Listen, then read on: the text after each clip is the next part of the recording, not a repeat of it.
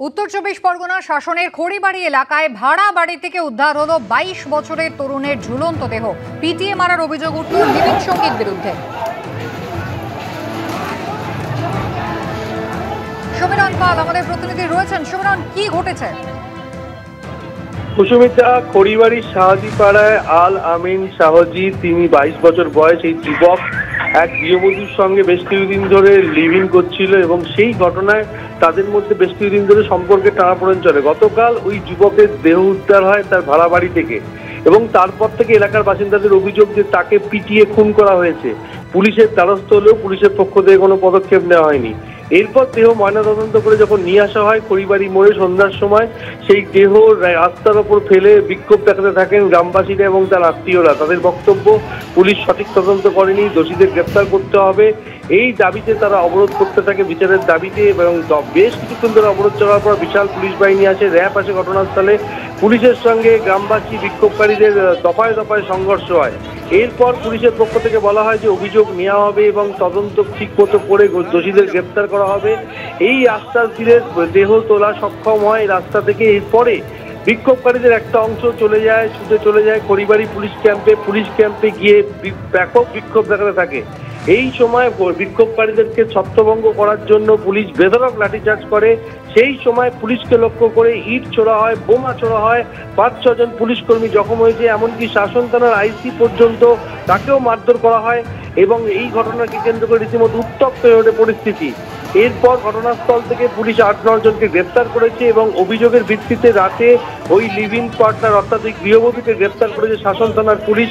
তার বিরুদ্ধে খুনের অভিযোগ আনা হয়েছে। আজ এই অভিযুক্তকে বারাসাত আদালতে পেশ করা হবে এবং পুলিশের পক্ষ থেকে যেটা দাবি করা হচ্ছে যে প্রথম থেকেই বলা হয়েছিল অভিযোগ দেওয়ার জন্য, কিন্তু কেউ অভিযোগ দিতে এগিয়ে আসেনি এবং তারপরে পুলিশের পক্ষ থেকে পুলিশকে যখন অভিযোগ দেওয়া হয় সঙ্গে সঙ্গে ব্যবস্থা নেওয়া হয়েছে, অভিযুক্তকে গ্রেপ্তার করা হয়েছে। কিন্তু গ্রামবাসীদের বক্তব্য, ওই যুবককে পিটিয়ে খুন করা হয়েছে। পুলিশের পক্ষ থেকে প্রথম থেকেই বিষয়টিকে আত্মহত্যা বলে চালিয়ে দেওয়ার চেষ্টা করা হচ্ছিল, অভিযোগ নিতে চাওয়া হচ্ছিল না। আর সেই কারণেই পরিস্থিতি উত্তপ্ত হয়ে ওঠে। পুলিশ গ্রামবাসী সংঘর্ষে উত্তপ্ত হয় খড়িবাড়ি এলাকা। গতকাল পুলিশকে লক্ষ্য করে বোমা পর্যন্ত ছোড়া হয়। পুলিশের পক্ষ থেকে বিক্ষোভকারীদের বিরুদ্ধে শতপ্রণোদিত মামলা রুজু করা হয়েছে। তার পাশাপাশি অভিযোগকারীর আত্মীয়দের পক্ষ থেকে খুনের অভিযোগ দায়ের করা হয়। অভিযোগের ভিত্তিতে তার লিভিং পার্টনার অর্থাৎ গৃহবধূকে গ্রেপ্তার করেছে শাসন থানার পুলিশ। কুসুমিতা, ধন্যবাদ।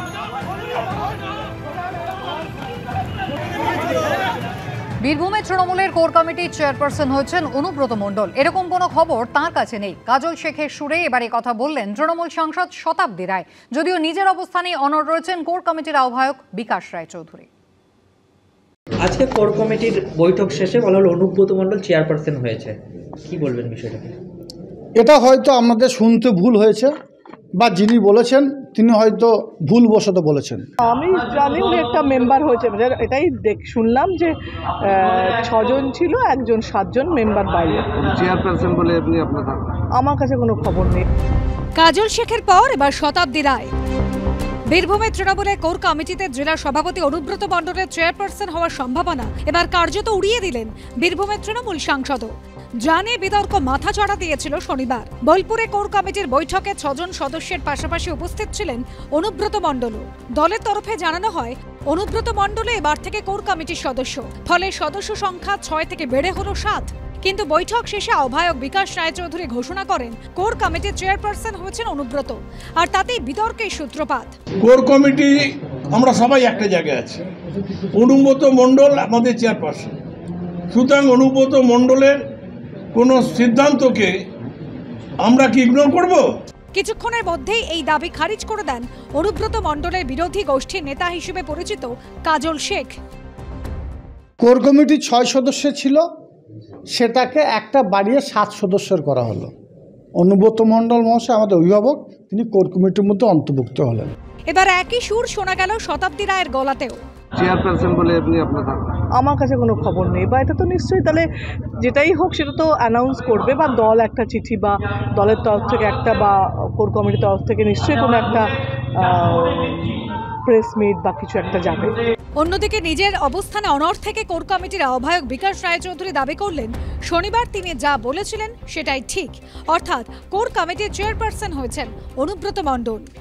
অনুব্রত মণ্ডল তৃণমূলের চেয়ারপারসন হলেন কি না হলেন, আপনি বীরভূমের চেয়ারপারসন নন, আপনি পশ্চিমবাংলার একটি জেলা চেয়ারপারসন নন। কেউ আপনাকে এই অধিকার দেয়নি আপনাকে বা কাজল শেখকে কোনো জেলার জমিদার, জেলার মালিক হিসেবে নিজেকে প্রতিষ্ঠিত করার। জমিদারি বহুকাল আগে ঘুচে গেছে।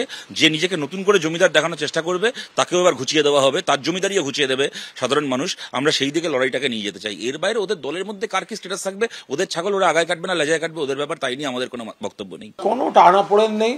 এর আগেও বীরভূমের 2টো সিট আমাদের ছিল তৃণমূল কংগ্রেসের।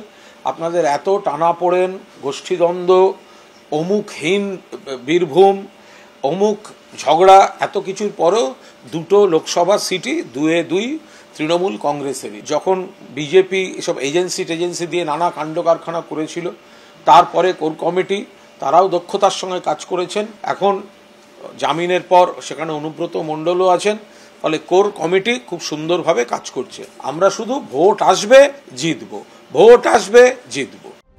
2 মাস পর বীরভূমে তৃণমূলের কোর কমিটির বৈঠক হয়েছে, কিন্তু শীর্ষ নেতৃত্বের মধ্যে জট কি কাটল? ভাস্কর মুখোপাধ্যায়, দীপক ঘোষ ও শিবাশিস মৌলিকের রিপোর্ট, এবিপি আনন্দ।